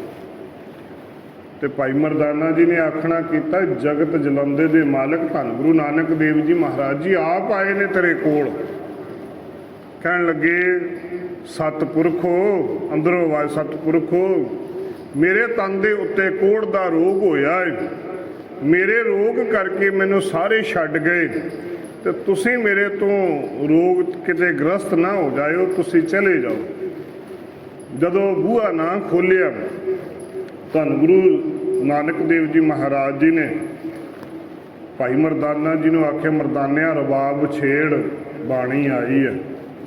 ਭਾਈ ਮਰਦਾਨਾ ਜੀ ਨੇ ਰਬਾਬ ਛੇੜਨਾ ਕੀਤੀ, ਸੁਰਾਂ ਦੇ ਉੱਤੇ ਤਾਲ, ਤੇ ਤਾਲ ਦੇ ਨਾਲ ਜਦੋਂ ਰਬਾਬ ਛੇੜਨਾ ਕੀਤੀ ਤੇ ਧੰਨ ਗੁਰੂ ਨਾਨਕ ਦੇਵ ਜੀ ਮਹਾਰਾਜ ਜੀ ਨੇ ਬਚਨ ਉਚਾਰਨ ਕੀਤੇ, ਜੀਓ ਤਪਤ ਹੈ ਬਾਰੋ ਬਾਰ, ਤਬ ਤਬ ਖਪੈ ਬਹੁਤ ਬੇਕਾਰ, ਜੈ ਤਨ ਬਾਣੀ ਵਿਸਰ ਜਾਏ, ਜਿਉ ਪੱਕਾ ਰੋਗੀ ਵਿਲ ਲਾਏ। ਸਾਹਿਬਾਂ ਨੇ ਪੂਰਾ ਸ਼ਬਦ ਜਦੋਂ ਉਚਾਰਨ ਕੀਤਾ, ਜਦੋਂ ਇਹ ਪੰਕਤੀਆਂ ਪੜ੍ਹੀਆਂ ਸਨ ਤੇ ਇਹਨੇ ਬੂਹਾ ਖੋਲ ਕੇ ਧੰਨ ਗੁਰੂ ਨਾਨਕ ਦੇਵ ਜੀ ਮਹਾਰਾਜ ਜੀ ਨੇ ਚਰਨਾਂ ਦੇ ਵਿੱਚ ਢਹਿ ਪਿਆ। ਸਤਿਗੁਰੂ ਗੁਰੂ ਨਾਨਕ ਦੇਵ ਜੀ ਮਹਾਰਾਜ ਜੀ ਨੇ ਹੱਥ ਮੂੰਹ ਪੂੰਝਣ ਵਾਲਾ ਰੁਮਾਲ ਦਿੱਤਾ ਤੇ ਆਖਿਆ, ਭਾਈ ਆਪਣੇ ਤਨ ਦੇ ਉੱਤੇ ਫੇਰੀ ਜਾਏ। ਸਤਿਗੁਰੂ ਗੁਰੂ ਨਾਨਕ ਦੇਵ ਜੀ ਮਹਾਰਾਜ ਜੀ ਬਾਣੀ ਪੜ੍ਹਦੇ ਪਏ ਨੇ, ਭਾਈ ਮਰਦਾਨਾ ਜੀ ਰਬਾਬ ਨਾਲ ਛੇੜ ਕੇ ਰਬਾਬ ਵਜਾਉਂਦੇ ਪਏ ਨੇ, ਤੇ ਇਹ ਸਾਹਮਣੇ ਕੋਹੜੀ ਜਦੋਂ ਜਿਉਂ-ਜਿਉਂ ਬਾਣੀ ਸੁਣਦਾ ਪਿਆ, ਇਹਦਾ ਕੋਹੜ ਦੂਰ ਹੁੰਦਾ ਪਿਆ ਹੈ। ਕਹਿਣ ਤੋਂ ਭਾਵ ਕਿ ਜਦੋਂ ਗੁਰੂ ਦੇ ਚਰਨਾਂ ਦੇ ਵਿੱਚ ਆ ਜਾਈਏ, ਗੁਰੂ ਦੇ ਦਰ ਦੇ ਉੱਤੇ ਦੁਨੀਆ ਭਰ ਦਾ ਜਿੰਨਾ ਮਰਜ਼ੀ ਕੋਈ ਦੋਖੀ ਹੋਵੇ, ਉਹਦੇ ਦੁੱਖ ਵੀ ਦੂਰ ਹੋ ਜਾਂਦੇ ਨੇ। ਤੇ ਦੁੱਖ ਆਉਂਦੇ ਉਦੋਂ ਨੇ, ਪਰਮੇਸ਼ਰ ਤੇ ਭੁੱਲਿਆ ਵਿਆਪਨ ਸਭੇ ਰੋਗ। ਜਦੋਂ ਅਸੀਂ ਪਰਮਾਤਮਾ ਨੂੰ ਭੁਲਾ ਦਿੰਦੇ ਹਾਂ, ਰੋਗ ਸਾਡੇ ਜੀਵਨ ਦੇ ਵਿੱਚ, ਉਹ ਚਾਹੇ ਤਨ ਦੇ ਰੋਗ ਹੋਣ, ਚਾਹੇ ਮਨ ਦੇ ਰੋਗ ਹੋਣ। ਦੇਖੋ, ਰੋਗਾਂ ਦੇ ਕਰਕੇ, ਚਾਹੇ ਉਹ ਤਨ ਦੇ ਕਰਮ ਹੋਣ, ਚਾਹੇ ਮਨ ਦੇ ਕਰਮ ਹੋਣ, ਚਾਹੇ ਤਨ ਦੇ ਰੋਗ ਹੋਣ, ਚਾਹੇ ਮਨ ਦੇ ਰੋਗ ਹੋਣ, ਗੁਰੂ ਦੇ ਦਰ ਦੇ ਉੱਤੇ ਦੇਖੋ, ਇਤਿਹਾਸਕ ਸਥਾਨਾਂ ਦੇ ਉੱਤੇ ਸਰੋਵਰ ਬਣਾਏ ਗਏ ਨੇ। ਚਾਹੇ ਹਰਿਮੰਦਰ ਸਾਹਿਬ ਦੀ ਗੱਲ ਕਹਿ ਲਈਏ, ਸ਼ੁਰੂਆਤ ਬੌਲੀ ਤੋਂ ਕੀਤੀ ਸੀ। ਧੰਨ ਗੁਰੂ ਅਮਰਦਾਸ ਜੀ ਮਹਾਰਾਜ ਜੀ ਨੇ ਗੋਇੰਦਵਾਲ ਦੀ ਧਰਤੀ ਦੇ ਉੱਤੇ ਬੌਲੀ ਬਣਵਾਉਣਾ ਕੀਤੀ। ਬਾਅਦ ਦੇ ਵਿੱਚ ਧੰਨ ਗੁਰੂ ਰਾਮਦਾਸ ਜੀ ਮਹਾਰਾਜ ਜੀ ਦੇ ਦਰ ਦੇ ਉੱਤੇ ਸੰਗਤ ਵਧਣੀ ਜਦੋਂ ਸ਼ੁਰੂ ਹੋਈ ਤੇ ਸਰੋਵਰ ਬਣਾਉਣੇ ਸ਼ੁਰੂ ਕੀਤੇ। ਸਰੋਵਰ ਬਣਾਉਣ ਦਾ ਮਤਲਬ ਇਹ ਹੈ ਕਿ ਜੇਕਰ ਕੋਈ ਤਨ ਦਾ ਰੋਗੀ ਹੈ ਤਨ ਦਾ ਕੋਈ ਰੋਗ ਮਿਟਾਉਣ ਵਾਸਤੇ ਆਇਆ ਹੈ, ਤਨ ਦੀ ਮਲੀਨਤਾ ਮਿਟਾਉਣ ਵਾਸਤੇ ਆਇਆ, ਪਹਿਲਾਂ ਤਨ ਦਾ ਇਸ਼ਨਾਨ ਸਰੋਵਰ ਦੇ ਵਿੱਚੋਂ ਕਰ ਲਵੇ ਤੇ ਮਨ ਦਾ ਇਸ਼ਨਾਨ ਗੁਰੂ ਦੇ ਦਰ ਦੇ ਉੱਤੋਂ ਹੋਣਾ। ਮਨ ਦੇ ਰੋਗ ਜਿਹੜੇ ਨੇ ਗੁਰੂ ਦੇ ਦਰ ਦੇ ਉੱਤੇ ਆਣ ਕੇ ਮਿਟਣੇ ਨੇ ਤੇ ਗੁਰੂ ਆਪਣੇ ਗੁਰਸਿੱਖਾਂ ਦੇ ਉੱਤੇ ਮਿਹਰ ਭਰਿਆ ਹੱਥ ਰੱਖ ਕੇ ਤਨ ਦੇ ਰੋਗਾਂ ਤੇ ਮਨ ਦੇ ਰੋਗਾਂ ਤੋਂ ਦੂਰ ਨਿਵਰਤੀ ਉਹ ਆਪ ਕਰਵਾਉਂਦਾ ਹੈ। ਤੇ ਸੱਚੇ ਪਾਤਸ਼ਾਹ ਕਹਿਣਗੇ ਕੱਤਕ ਦੇ ਮਹੀਨੇ ਦੇ ਅੰਦਰ ਜਿਹੜੇ ਕਰਮ ਕਰਦੇ ਆ ਕਿਸੇ ਨੂੰ ਦੋਸ਼ ਨਹੀਂ ਦੇਣਾ, ਬਲਕਿ ਜਿਹੜੇ ਕਰਮ ਕਰਾਂਗੇ ਉਹਨਾਂ ਦਾ ਫਲ ਸਾਨੂੰ ਜ਼ਰੂਰ ਭੋਗਣਾ ਪਵੇਗਾ। ਤੇ ਪਰਮੇਸ਼ਰ ਤੇ ਭੁੱਲਿਆ ਵਿਆਪਨ ਸਭੇ ਰੋਗ, ਪਰਮਾਤਮਾ ਦੇ ਦਰ ਤੋਂ ਜਦੋਂ ਅਸੀਂ ਭੁੱਲ ਜਾਂਦੇ ਹਾਂ, ਪਰਮਾਤਮਾ ਨੂੰ ਜਦੋਂ ਅਸੀਂ ਨਹੀਂ ਯਾਦ ਕਰਦੇ ਤਾਂ ਰੋਗ ਸਾਡੇ ਜੀਵਨ ਦੇ ਅੰਦਰ ਆਉਂਦੇ ਨੇ। ਗੁਰਬਾਣੀ ਦੇ ਅੰਦਰ ਸਪਸ਼ਟ ਕਰਦੇ ਨੇ, ਦੁੱਖਾਂ ਤੇ ਸੁਖ ਉਪਜੈ ਸੁਖੀ ਹੋਏ ਦੁੱਖ। ਜਦੋਂ ਸਾਡੇ ਜੀਵਨ ਦੇ ਅੰਦਰ ਸੁੱਖ ਆਉਂਦੇ ਨੇ ਨਾ, ਜਾਂ ਜਦੋਂ ਸਾਡੇ ਜੀਵਨ ਦੇ ਅੰਦਰ ਦੁੱਖ ਆਉਂਦੇ ਨੇ, ਦੁੱਖਾਂ ਤੇ ਸੁਖ ਉਪਜੇ। ਅਸੀਂ ਗੁਰੂ ਦੇ ਦਰ ਦੇ ਉੱਤੇ ਆਣ ਕੇ ਅਰਦਾਸਾਂ ਬੇਨਤੀਆਂ ਰਜੋਈਆਂ ਕਰਦੇ ਹਾਂ, ਸੱਚੇ ਪਾਤਸ਼ਾਹ ਸਾਡਾ ਆਹ ਦੁੱਖ ਦੂਰ ਕਰ ਦੇ। ਜਦੋਂ ਸਾਨੂੰ ਕਿਸੇ ਚੀਜ਼ ਦੀ ਲੋੜ ਹੁੰਦੀ ਹੈ, ਗੁਰੂ ਦੇ ਦਰ ਦੇ ਉੱਤੇ ਅਰਦਾਸਾਂ ਬੇਨਤੀਆਂ ਕਰਦੇ ਹਾਂ ਤੇ ਗੁਰੂ ਕੀ ਕਰਦਾ? ਸਾਡੀਆਂ ਅਰਜ਼ ਬੇਨਤੀਆਂ, ਸਾਡੀਆਂ ਅਰਦਾਸਾਂ ਸੁਣਦਾ, ਸਾਡੇ ਦੁੱਖ ਦੂਰ ਕਰ ਦਿੰਦਾ। ਜਦੋਂ ਦੁੱਖ ਦੂਰ ਹੁੰਦੇ ਨੇ, ਜਦੋਂ ਸਾਡੇ ਸੁੱਖ ਜੀਵਨ 'ਚ ਆਉਂਦੇ ਨੇ, ਦੁੱਖਾਂ ਤੇ ਸੁੱਖ ਉਪਜੈ। ਜਦੋਂ ਦੁੱਖ ਦੂਰ ਕਰਕੇ ਫਿਰ ਜੀਵਨ ਦੇ ਅੰਦਰ ਜਦੋਂ ਸੁੱਖ ਆਉਂਦੇ ਨੇ ਨਾ, ਫਿਰ ਵੀ ਜੇ ਤੇ ਅਸੀਂ ਦੁੱਖਾਂ ਵੇਲੇ ਜਿੱਦਾਂ ਪਰਮਾਤਮਾ ਨੂੰ ਧਿਆਇਆ ਸੀ, ਜੇ ਉਸੇ ਤਰੀਕੇ ਨਾਲ ਬਾਅਦ ਦੇ ਵਿੱਚ ਵੀ ਧਿਆਉਂਦੇ ਰਹਿੰਦੇ ਤੇ ਹੋ ਸਕਦਾ ਸੀ ਦੁੱਖ ਕਦੇ ਨਾ ਆਉਂਦੇ। ਲੇਕਿਨ ਕੀ ਹੁੰਦਾ, ਜਦੋਂ ਸੁੱਖ ਆਉਂਦੇ ਨੇ ਨਾ, ਅਸੀਂ ਪਰਮਾਤਮਾ ਨੂੰ ਭੁਲਾ ਦਿੰਦੇ ਹਾਂ। ਦੁੱਖਾਂ ਤੇ ਸੁੱਖ ਉਪਜੈ ਸੁਖੀ ਹੋਏ ਦੁੱਖ। ਜਦੋਂ ਸੁੱਖ ਆਉਂਦੇ ਨੇ ਪਰਮਾਤਮਾ ਨੂੰ ਭੁਲਾ ਦਿੰਦੇ ਹਾਂ ਤੇ ਫਿਰ ਜਦੋਂ ਪਰਮਾਤਮਾ ਨੂੰ ਭੁਲਾਉਂਦੇ ਹਾਂ, ਫਿਰ ਸਾਡੀ ਜਦੋਂ ਮੱਤ ਵੱਜਦੀ ਹੈ, ਫਿਰ ਅਸੀਂ ਦੁੱਖਾਂ ਦੇ ਵਿੱਚ ਜੀਵਨ ਦੇ ਵਿੱਚ ਚਲੇ ਜਾਂਦੇ ਹਾਂ। ਜੀਵਨ ਦੇ ਅੰਦਰ ਉਦਾਹਰਣ ਦੇ ਤੌਰ ਦੇ ਉੱਤੇ ਇਵੇਂ ਕਹਿ ਲਈਏ ਕਿ ਜਦੋਂ ਸਾਡੇ ਘਰ ਕਿਤੇ ਧੀ ਪੁੱਤ ਨਾ ਹੋਵੇ, ਪੁੱਤਰ ਦੀ ਦਾਤ ਵਾਸਤੇ ਅਸੀਂ ਥਾਂ ਥਾਂ ਦੇ ਉੱਤੇ ਭਟਕਦੇ ਹਾਂ।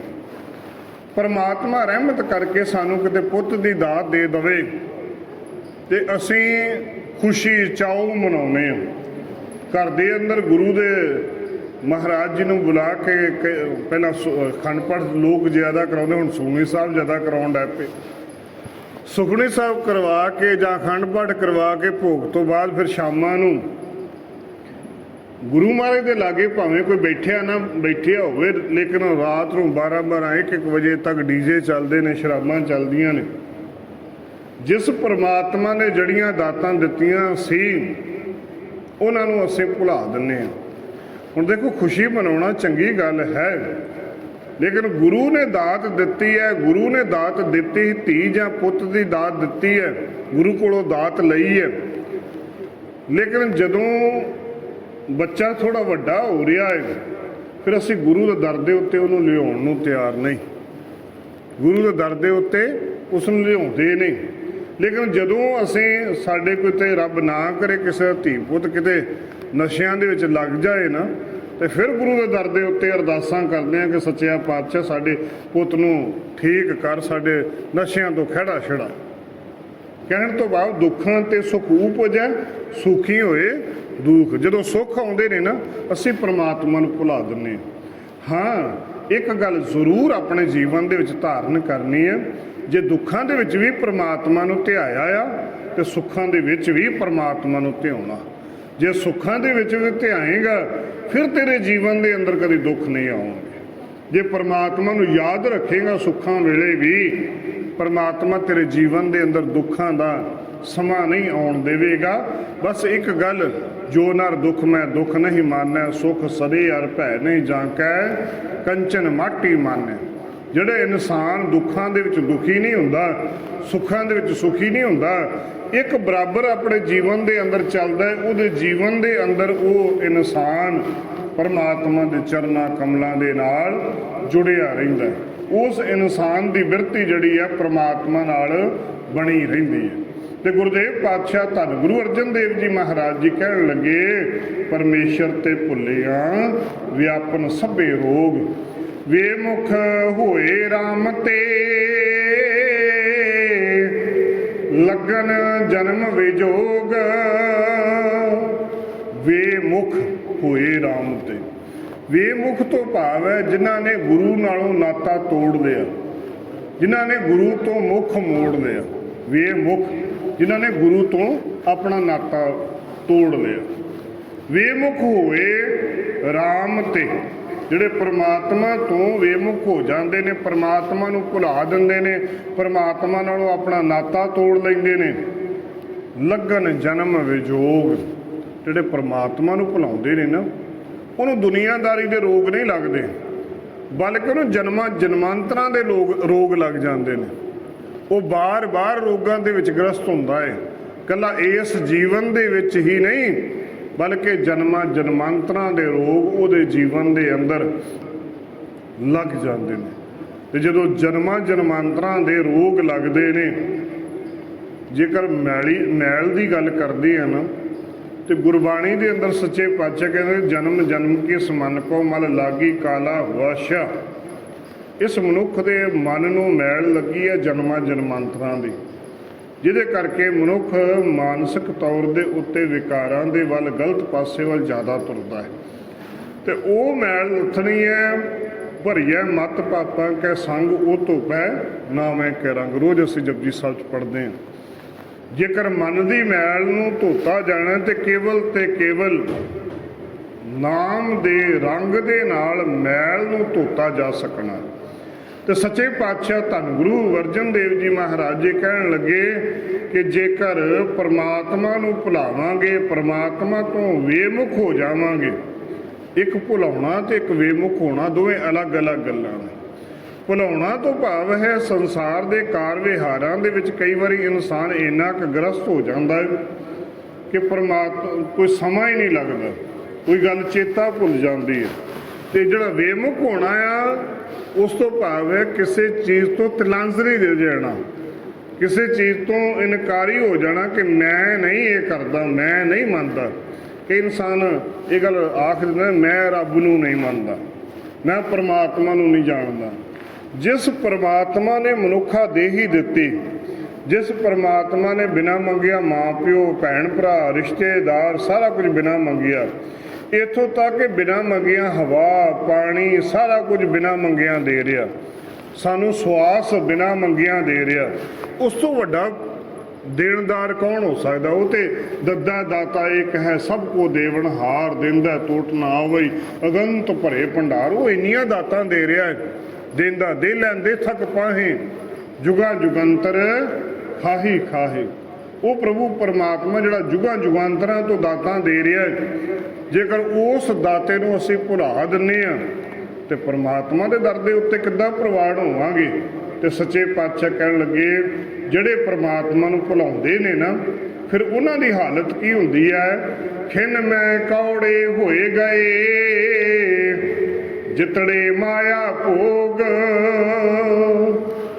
ਖਿਨ ਮੈਂ ਕੌੜੇ ਹੋਏ ਗਏ, ਅਤੇ ਇੱਕ ਪਲ ਦੇ ਵਿੱਚ ਜਿਹੜਾ ਪ੍ਰਭੂ ਪਰਮਾਤਮਾ ਨੇ ਸਾਨੂੰ ਦਾਤਾਂ ਦਿੱਤੀਆਂ ਨੇ, ਜਿੰਨੀਆਂ ਬਖਸ਼ਿਸ਼ਾਂ ਪ੍ਰਭੂ ਪਰਮਾਤਮਾ ਕਰ ਰਿਹਾ ਹੈ, ਉਹ ਪ੍ਰਭੂ ਪਰਮਾਤਮਾ ਜੇਕਰ ਉਸ ਪਰਮਾਤਮਾ ਨੂੰ ਭੁਲਾ ਦਿੰਦੇ ਹਾਂ ਤੇ ਜਿਹੜਾ ਪ੍ਰਭੂ ਪਰਮਾਤਮਾ ਨੇ ਸਾਰੀਆਂ ਦਾਤਾਂ ਦਿੱਤੀਆਂ ਨੇ, ਉਹ ਖਿੰਨ ਦੇ ਵਿੱਚ ਕੌੜੇ ਕਰ ਦਿੰਦਾ। ਜਦੋਂ ਆਪਣੀਆਂ ਦਾਤਾਂ ਖੋਹ ਲੈਂਦਾ ਹੈ ਤੇ ਫਿਰ ਸਾਡੇ ਪੱਲੇ ਕੀ ਰਹਿ ਜਾਵੇਗਾ? ਇੱਕ ਵਚਨ ਅਸੀਂ ਆਮ ਤੌਰ ਤੇ ਸੁਖਮਨੀ ਸਾਹਿਬ ਦੇ ਵਿੱਚ ਵਚਨ ਪੜ੍ਹਦੇ ਹਾਂ, ਸਾਰਿਆਂ ਨੂੰ ਯਾਦ ਹੋਵੇਗਾ। 10 ਵਸਤੂਲੇ ਪਾਛੇ ਪਾਵੈ, ਏਕ ਬਸ ਕਾਰਨ ਵਿਖੋਟ ਗਵਾਵੈ, ਏਕ ਭੀ ਨਾ ਦੇ 10 ਭੀ ਹਿਰਲੇ ਤੋ ਮੂੜਾ ਕੋਹ ਕਹਾਂ ਕਰੇ।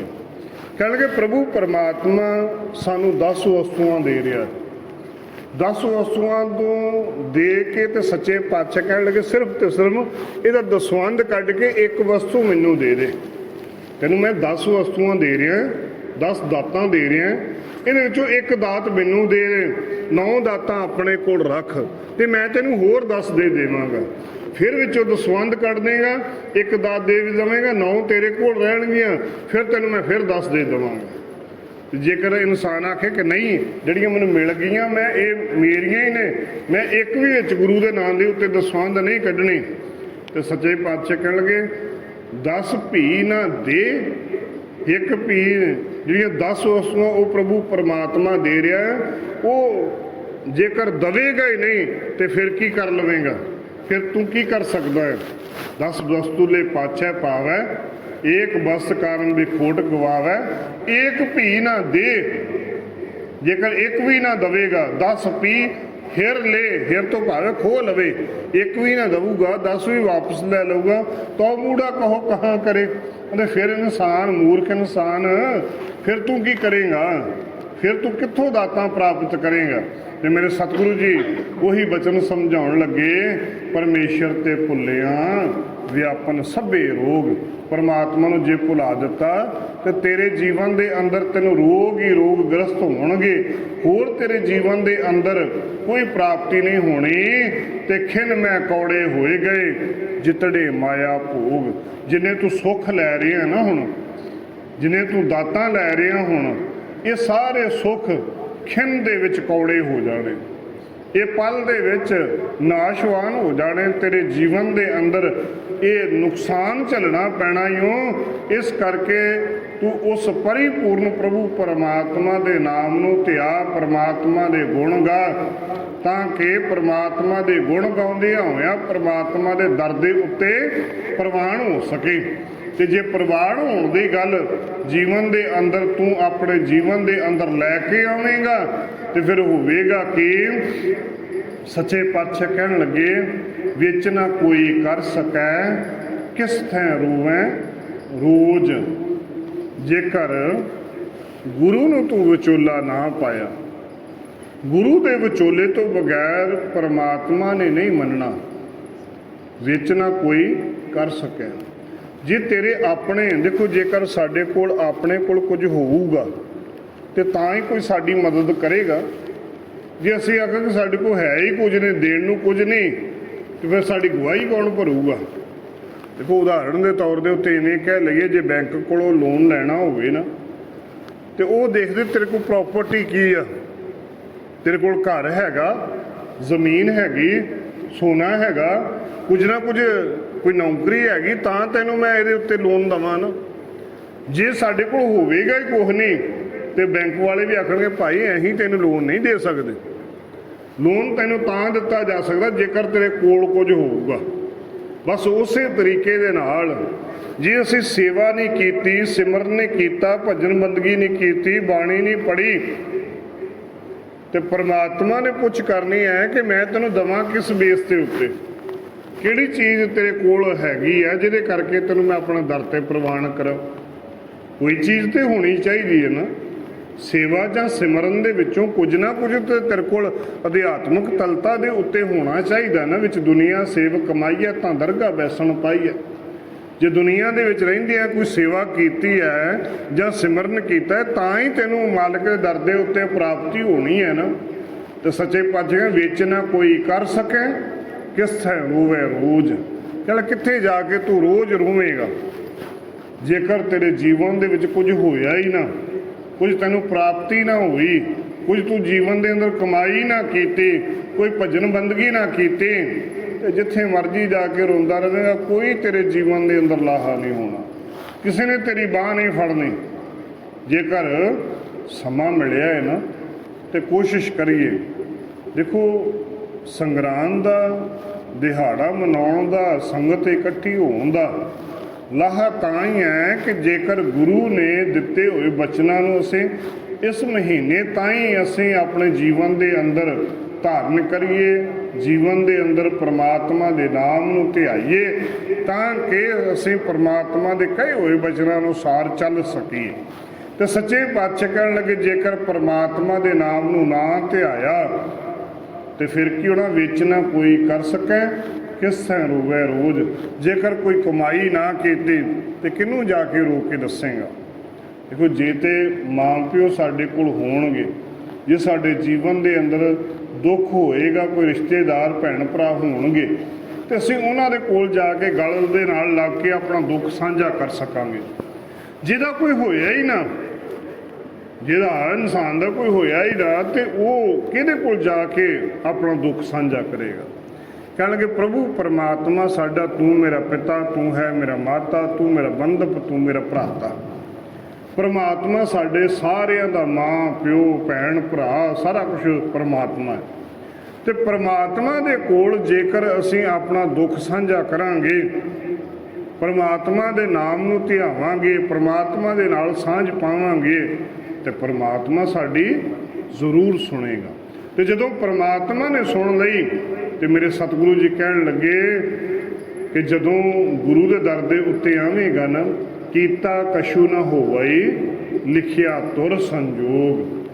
ਕਹਿਣ ਲੱਗੇ ਜਿਹੜੇ ਸੰਜੋਗ ਅਸੀਂ ਬਣਾਉਂਦੇ ਪਏ ਆ ਨਾ, ਜਿਹੜੇ ਅਸੀਂ ਕਰਮ ਬਣਾਉਂਦੇ ਪਏ ਆ, ਉਹ ਆਪਣੇ ਜੀਵਨ ਦੇ ਅੰਦਰ ਜੇਕਰ ਸ਼ੁਭ ਗੁਣ ਧਾਰਨ ਕਰਾਂਗੇ ਤੇ ਚੰਗੇ ਸੰਜੋਗ ਬਣਾ ਕੇ ਪਰਮਾਤਮਾ ਦੇ ਦਰ ਦੇ ਉੱਤੇ ਪ੍ਰਾਪਤ ਹੋ ਜਾਏਗੀ। ਕੀਤਾ ਕਛੂ ਨਾ ਹੋਵਈ। ਅਤੇ ਜੇਕਰ ਇਨਸਾਨ ਆਪ ਕਰਨ ਦੀ ਕੋਸ਼ਿਸ਼ ਕਰੇ, ਮੈਂ ਆਹ ਕਰ ਲਵਾਂ, ਮੈਂ ਜੇ ਕਰ ਲਵਾਂ, ਅੱਜ ਮੈਂ ਸੋਚਾਂ ਕਿ ਮੈਂ ਰਾਸ਼ਟਰਪਤੀ ਬਣ ਜਾਵਾਂ, ਪ੍ਰਧਾਨ ਮੰਤਰੀ ਬਣ ਜਾਵਾਂ, ਨਹੀਂ ਬਣ ਸਕਦਾ।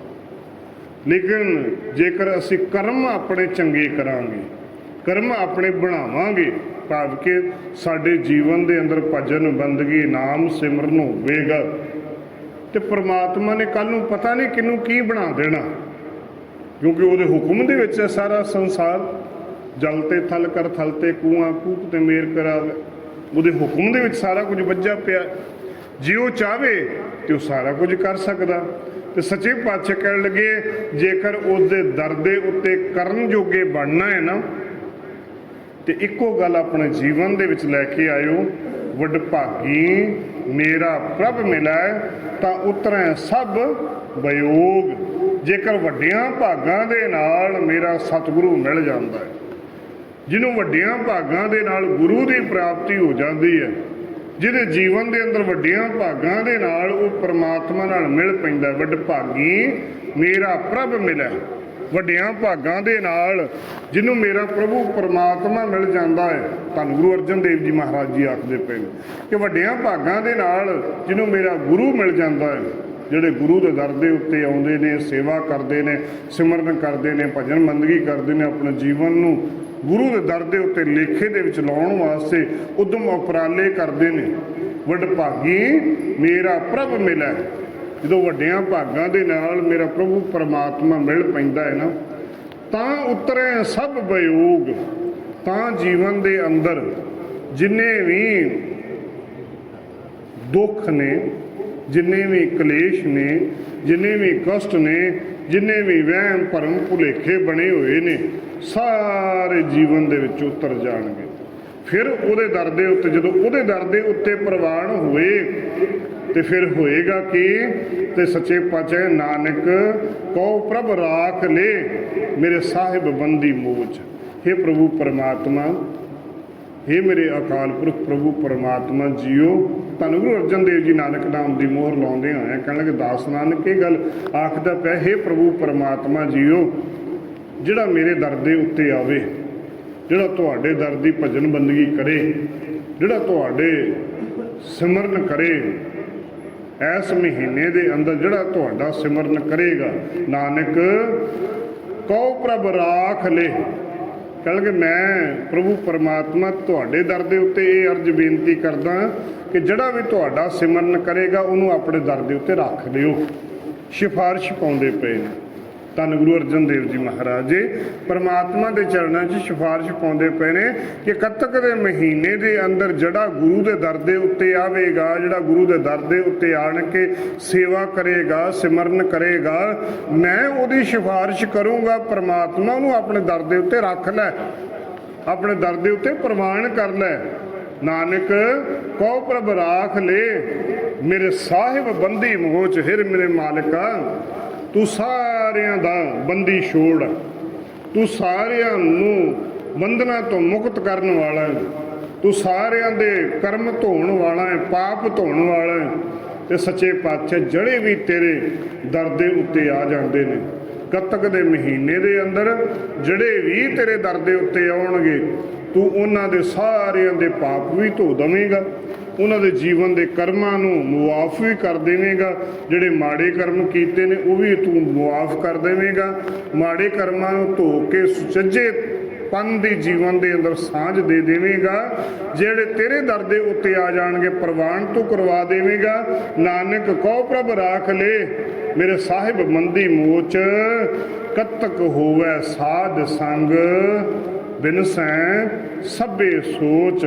ਕੱਤਕ ਦੇ ਮਹੀਨੇ ਦੇ ਅੰਦਰ ਕੱਤਕ ਹੋਵੇ ਸਾਧ ਸੰਗ, ਕੱਤਕ ਦੇ ਮਹੀਨੇ ਦੇ ਅੰਦਰ ਸਭ ਤੋਂ ਵੱਡਾ ਪੁੰਨ ਫਲ ਜਿਹੜਾ ਪ੍ਰਾਪਤ ਹੋਣਾ ਹੈ ਸਤ ਸੰਗਤ ਦੇ ਵਿੱਚੋਂ ਹੋਣਾ। ਕੱਤਕ ਹੋਵੇ ਸਾਧ ਸੰਗ, ਕੱਤਕ ਦੇ ਮਹੀਨੇ ਦੇ ਅੰਦਰ ਵੱਧ ਤੋਂ ਵੱਧ ਸੰਗਤ ਦੇ ਵਿੱਚ ਹਾਜ਼ਰੀ ਭਰਨੀ। ਦੇਖੋ ਜਿਹੜੀ ਗੱਲ ਗੁਰੂ ਪਾਤਸ਼ਾਹ ਨੇ ਬਚਨ ਆਖੜਾ ਕੀਤੇ ਉਹ ਜਿੰਨੀ ਦੇਰ ਤੱਕ ਆਪਾਂ ਜੀਵਨ ਦੇ ਵਿੱਚ ਨਹੀਂ ਮੰਨਾਂਗੇ, ਜੀਵਨ ਦੇ ਵਿੱਚ ਨਹੀਂ ਧਾਰਨ ਕਰਾਂਗੇ ਉਨੀ ਦੇਰ ਤੱਕ ਗੱਲ ਨਹੀਂ ਬਣਨੀ। ਮੇਰੇ ਸਤਿਗੁਰੂ ਜੀ ਕਹਿਣ ਲੱਗੇ ਕਿ ਕੱਤਕ ਦੇ ਮਹੀਨੇ ਦੇ ਅੰਦਰ ਕੱਤਕ ਹੋਵੇ ਸਾਧ ਸੰਗ, ਕੱਤਕ ਦੇ ਮਹੀਨੇ ਦੇ ਅੰਦਰ ਵੱਧ ਤੋਂ ਵੱਧ ਸਤ ਸੰਗਤ ਕਰਨੀ ਹੈ, ਵੱਧ ਤੋਂ ਵੱਧ ਗੁਰੂ ਦੇ ਦਰ ਦੇ ਉੱਤੇ ਆਉਣਾ ਹੈ। ਵੱਧ ਤੋਂ ਵੱਧ ਜਦੋਂ ਗੁਰੂ ਦੇ ਦਰ ਦੇ ਉੱਤੇ ਆਵਾਂਗੇ ਕੱਤਕ ਹੋਵੇ ਸਾਧ ਸੰਗ ਬਿਨਸੈ ਸਭੇ ਸੋਚ। ਸਾਡੇ ਜੀਵਨ ਦੇ ਅੰਦਰ ਦੀਆਂ ਮਾੜੀਆਂ ਸੋਚਾਂ, ਮਾੜੇ ਕਰਮ, ਮਾੜੀਆਂ ਭੈੜੀਆਂ ਬੁਰਾਈਆਂ ਸਾਡੇ ਜੀਵਨ ਦੇ ਵਿੱਚੋਂ ਪਰਮਾਤਮਾ ਦੂਰ ਕਰ ਦੇਵੇਗਾ। ਮਾੜੀ ਸੋਚ ਸਾਡੇ ਜੀਵਨ ਦੇ ਅੰਦਰ, ਮਾੜੇ ਖਿਆਲ ਕਈ ਵਾਰੀ ਸਾਡੇ ਮਨਾਂ ਦੇ ਵਿੱਚ ਆਉਂਦੇ ਨੇ ਨਾ, ਉਹ ਮਾੜੇ ਖਿਆਲ, ਮਾੜੀ ਸੋਚ, ਮਾੜੀ ਸਮਝ ਪ੍ਰਭੂ ਪਰਮਾਤਮਾ ਸੰਗਤ, ਕਿਉਂਕਿ ਸੰਗਤ ਦੇ ਵਿੱਚੋਂ ਹੀ ਆਣ ਕੇ ਸਾਰੇ ਪਾਪ ਜਿਹੜੇ ਨੇ ਉਹ ਧੋਤੇ ਜਾ ਸਕਦੇ ਨੇ। ਸੰਗਤ ਦੇ ਵਿੱਚ ਪ੍ਰਭੂ ਪਰਮਾਤਮਾ ਆਪ ਵਾਸਾ ਹੁੰਦਾ ਹੈ। ਤੇ ਸੰਗਤ ਦੀ ਜਦੋਂ ਗੱਲ ਕਰਦੇ ਹਾਂ ਤੇ ਸਤਿਗੁਰਾਂ ਨੂੰ ਪੁੱਛ ਕਰੀਏ ਸੰਗਤ ਕਿਹੋ ਜਿਹੀ ਹੋਣੀ ਚਾਹੀਦੀ।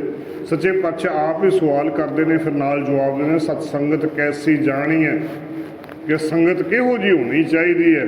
ਤੇ ਸੱਚੇ ਪਾਤਸ਼ਾਹ ਜਵਾਬ ਦਿੰਦੇ ਜਿੱਥੇ ਏਕੋ ਨਾਮ ਵਖਾਣੀ ਹੈ, ਜਿੱਥੇ ਇੱਕ ਪਰਮਾਤਮਾ ਦੀ ਗੱਲ ਹੋ ਰਹੀ ਹੋਵੇ, ਜਿੱਥੇ ਇੱਕ ਪਰਮਾਤਮਾ ਦੇ ਗੁਣ ਗਾਇਨ ਕੀਤੇ ਜਾ ਰਹੇ ਹੋਣ, ਉਹ ਪ੍ਰਭੂ ਪਰਮਾਤਮਾ ਦੀ ਸੰਗਤ ਹੈ। ਤੇ ਸੰਗਤ ਦੇ ਵਿੱਚ ਏਕੋ ਨਾਉ ਹੁਕਮ ਹੈ, ਨਾਨਕ ਸੱਚ ਕਰ ਦਿਆ ਬੁਝਾਏ ਜੀਓ। ਇੱਕ ਪ੍ਰਭੂ ਪਰਮਾਤਮਾ ਦਾ ਜਿਹੜਾ ਨਾਂ ਹੈ, ਪਰਮਾਤਮਾ ਦਾ ਹੁਕਮ ਹੈ।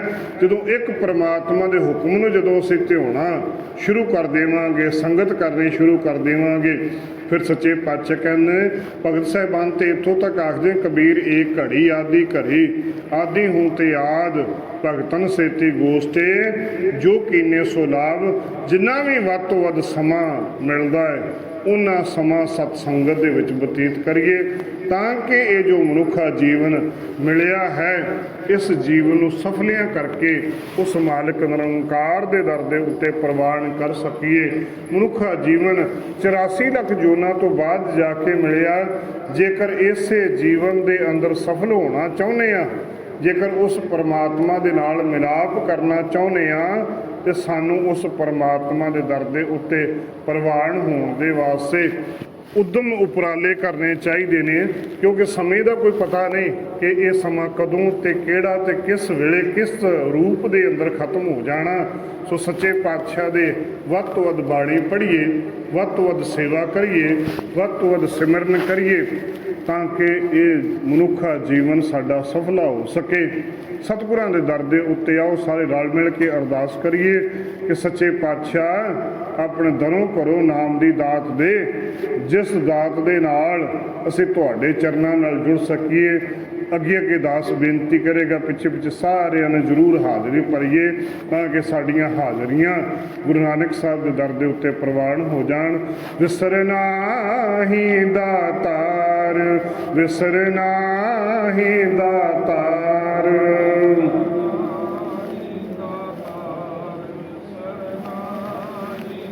ਵਿਸਰਨਾ ਹੀ ਦਾਤਾਰ, ਵਿਸਰਨਾ ਹੀ ਦਾਤਾਰ।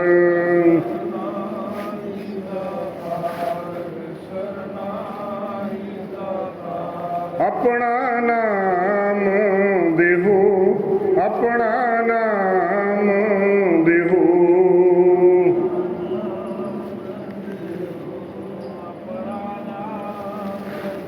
ਆਪਣਾ ਨਾਮ ਦੇਹੋ, ਆਪਣਾ ਨਾਮ ਦੇਹੋ।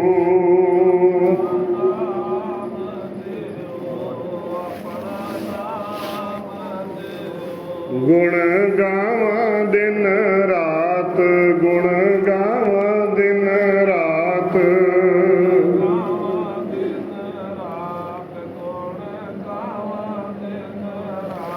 ਗੁਣ ਗਾਵਾਂ ਦਿਨ ਰਾਤ, ਗੁਣ ਗਾਵਾਂ ਦਿਨ ਰਾਤ।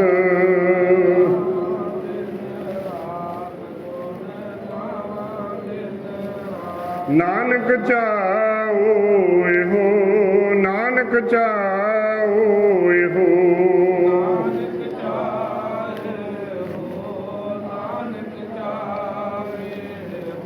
ਨਾਨਕ ਚਾਓ ਇਹੋ, ਨਾਨਕ ਚਾਓ ਇਹੋ।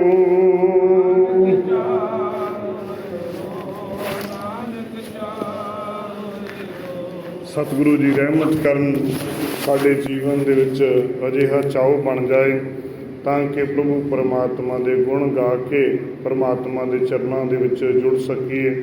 ਸਾਹਿਬ ਰਹਿਮਤ